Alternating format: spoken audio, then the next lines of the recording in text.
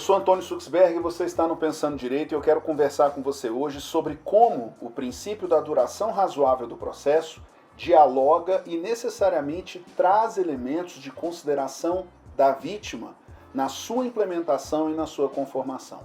No ano de 2024, o Brasil sofreu mais uma condenação na Corte Interamericana de Direitos Humanos. Até o momento, são 14 as condenações do Estado brasileiro por situações que francamente contrariam a Convenção Americana de Direitos Humanos de 1969 e internalizada no direito brasileiro desde 1992 pelo Decreto 678. A Corte Interamericana de Direitos Humanos, desde o caso Geni Lacayo versus Nicarágua, decidido no longínquo ano de 1997, reconheceu, reproduzindo em grande medida o que já havia decidido a Corte Europeia de Direitos Humanos, que há alguns critérios para se compreender que um processo observe duração razoável para a implementação da justiça que se espera do caso. A Corte Interamericana, desde 1997, aponta 3 critérios para que se compreenda que um processo atendeu a uma duração razoável. O primeiro deles é a complexidade do assunto, o tipo de crime que se imputa, o número de acusados, o tipo de padrão probatório esperado desses crimes, tudo isso informa o que seja a complexidade do tema versado no processo. O segundo critério é da atividade processual do interessado. Claro, é preciso verificar qual foi o comportamento processual do investigado, ou mesmo do acusado, no curso do processo. Não faria nenhum sentido privilegiar ou prestigiar um acusado que, com seu comportamento processual, busca procrastinar ou fazer com que o processo tarde muito mais do que ele precisaria tardar para uma resposta adequada. O terceiro critério é o da conduta judicial das autoridades. E olha só que interessante, cuidado aqui. Para aqueles que leem os julgados da Corte Interamericana de Direitos Humanos, na expressão da Corte, a expressão que lá aparece é conduta das autoridades judiciais. Mas aqui, atenção, há um falso cognato. Você se lembra o que é falso cognato? O falso cognato é uma palavra que dá a falsa percepção na nossa língua de um sentido que ela não tem. Ela faz lembrar você uma coisa que, na verdade, não se verifica no caso. Quando a Corte Interamericana diz autoridade judicial, nós brasileiros pensamos que ela está se referindo ao juiz. Mas, em verdade, ela está se referindo a todas aquelas autoridades presentes em uma persecução penal. E quem são essas autoridades? Olha, o processo penal brasileiro ele é informado pela autoritariedade, que é um atributo que decorre da oficialidade. Delegados de polícia, promotores de justiça, procuradores da República, juízes de direito, desembargadores, ministros dos tribunais superiores, são todos autoridades. E é nesse sentido que a Corte Interamericana diz que o comportamento dessas autoridades implica, sim, na verificação da duração razoável do processo. Atenção agora. A Corte, de 1997 para cá, estabelece um quarto critério para a compreensão da duração razoável do processo. E esse quarto critério aparece nas condenações que o Brasil experimentou na Corte. Talvez a mais importante delas no caso Salles Pimenta, que hoje seria compreendido como um feminicídio. A vítima, Márcia Barbosa, sofre a morte nas mãos de Salles Pimenta em persecuções penais que simplesmente não encontram fim. E por isso o Brasil foi condenado na Corte Interamericana.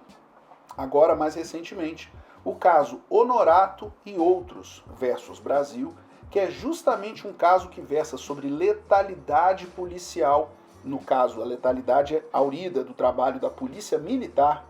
O Estado brasileiro foi condenado, entre outros pontos, pela não observância da duração razoável do processo. Tanto no caso Salles Pimenta, como também no caso Honorato e outros versus Brasil, a Corte Interamericana destaca um necessário quarto critério de consideração para a duração razoável do processo. Diz a Corte, é preciso considerar o impacto causado na situação jurídica da suposta vítima. A Corte constrói, em mais de 20 anos de decisões, a consideração de que a resposta do sistema de justiça criminal a crimes que implicam grave violação de direitos humanos igualmente deve considerar a satisfação, o acolhimento, a atenção, a informação e, enfim, a resposta que se espera de um grave crime em relação ao que dá o Estado naquele presente convencionado e obrigado nos termos da Convenção. Isso significa dizer que a Corte tem compromisso exatamente com o sentido de prevenção da impunidade. Conceito esse que você encontra aqui no canal Pensando Direito, já gravei um vídeo sobre isso, você pode olhar aí no nosso histórico. Aqui no que importa, é importante destacar que a Corte então estabelece que um processo só vai ter duração razoável quando atenda a esses 3 critérios que tradicionalmente estabelecidos e esse 4º critério, justamente atinente à situação jurídica da suposta vítima e, portanto, de necessária compreensão para que se tenha a resposta do crime, não apenas em relação ao que seja a punição do acusado, mas também o dever de render contas, satisfação, informação, assistência, acolhimento e empatia com a dignidade da vítima. Vale aqui um raciocínio importante. Se o Estado se apropria do conflito e toma para si a única possibilidade de resposta violenta com legitimidade ao fenômeno da criminalidade, parece claro que igualmente é dever do Estado essa satisfação à vítima. Cuidado! Dizer ou entender que o processo penal não tem preocupação ou não deva trazer preocupações com a vítima é alienar a vítima do que seja a resposta penal do Estado. E aqui não se traz aqui uma preocupação de que a resposta seja mais dura, mais gravosa, porque traz essa preocupação com a vítima. E sim a ideia de que a vítima é destinatária da ação do Estado. Ela é uma destinatária de políticas públicas por parte do Estado. Aquilo que se chama de um policy taker, ela é destinatária, necessária das ações do Estado. Atenção a esse 4º critério. Muitos dos trabalhos versando sobre esse tema da duração razoável do processo não se atentam para esse 4º critério, que a Corte insistentemente tem indicado como um problema grave na conformação institucional do sistema de justiça criminal brasileiro. A duração razoável do processo está positivada entre nós no inciso 78 do artigo 5º da Constituição. Trata-se de uma inserção realizada pela Emenda Constitucional 45, a emenda da reforma do Poder Judiciário do ano de 2004. De lá para cá, todas as reformas legislativas acabam versando, em maior ou menor medida, sobre a preocupação da duração razoável do processo. E fica aqui essa preocupação e esse ponto. Entender duração razoável do processo fora desses 4 critérios, não são 3, são 4 critérios, é trazer uma compreensão, além de falha, pode trazer problemas para você que está se preparando para um concurso público, enfim, busca um nível de excelência na sua atuação profissional na área do direito. No nosso canal estamos preparando um material exatamente agora que traga com atualidade a compreensão da nossa conformação de um processo penal acusatório a partir do que seja não apenas as possibilidades do processo penal acusatório na atualidade, mas também o que sejam os princípios do processo, sobretudo os do processo penal, pensados a partir dessa moldura normativa do processo penal de hoje.